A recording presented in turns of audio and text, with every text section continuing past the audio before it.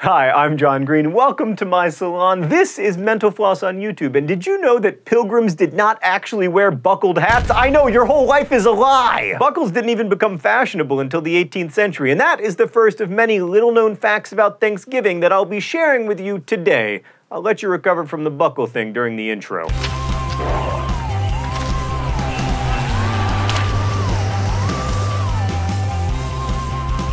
Thanksgiving didn't have religious origins, so it actually is a great way to kick off your war on Christmas. And sadly, not the kind of harvest festival that features Lil Sebastian. Anyone, Parks and Rec? No? Just me?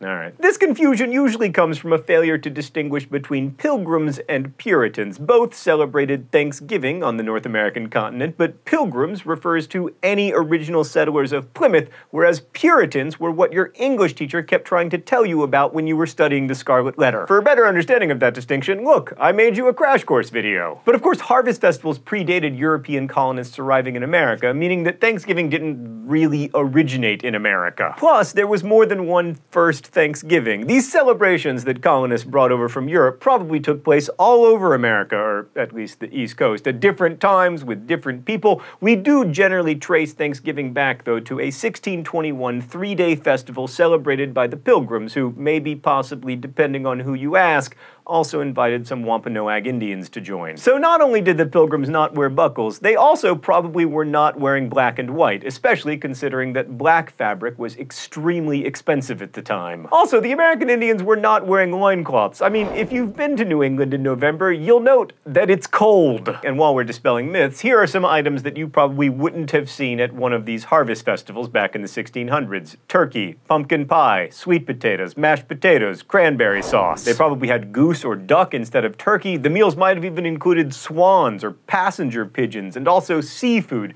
There also was probably nuts and corn and pumpkin, but no pumpkin pies. So this year, I challenge you to celebrate like real pilgrims and share a lovely meal of passenger pigeon with your family on Thanksgiving. What's that, Mark? They're extinct? Oh, that's too bad. Whatever, a regular pigeon will do too. As for logistics, forks had not yet been invented, so the only silverware that could have been found at the meal were knives and spoons. Here at Mental Floss, we're all about educating, so I am now going to do a historically accurate demonstration of what the Pilgrims looked like at their harvest festivals. Because I'm a scientist, I shall now demonstrate how to eat bread with only a spoon and a knife. No wonder they were so hungry. Delicious.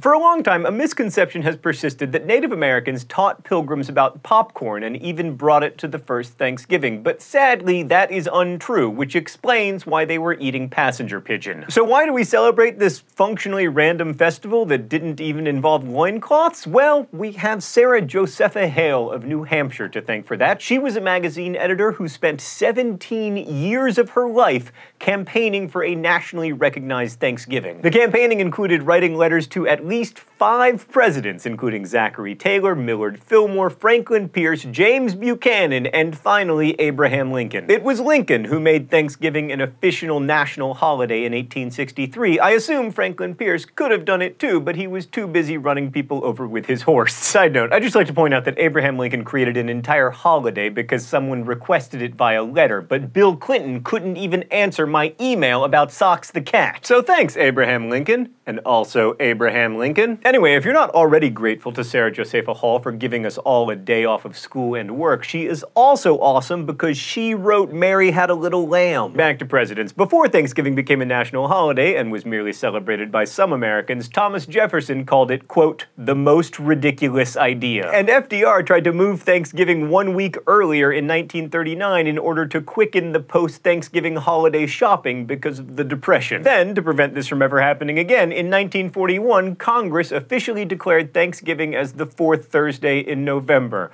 Ah, Congress in 1941, back when you could do things. Now, of course, we can't have an episode about Thanksgiving without talking a little bit about turkey. You probably already know that turkey and/or tryptophan is not actually responsible for your post-meal sleepiness. For more on that, check out Dr. Aaron Carroll discussing this very topic. No, you're tired because you've been drinking wine all day to deal with your family, and also because you do not want to continue to listen to your great uncle talking your ear off about the NSA. Right, but a couple stats about Thanksgiving turkey. Minnesota is the state that produces the most turkeys. In 2012, 46 million turkeys were eaten on Thanksgiving, which is 736 million pounds of turkey. Those statistics, by the way, come from the National Turkey Federation, which is apparently a thing. I mean, does every animal have a national federation? Because my campaign starts now to get on the board of the National Pig Federation.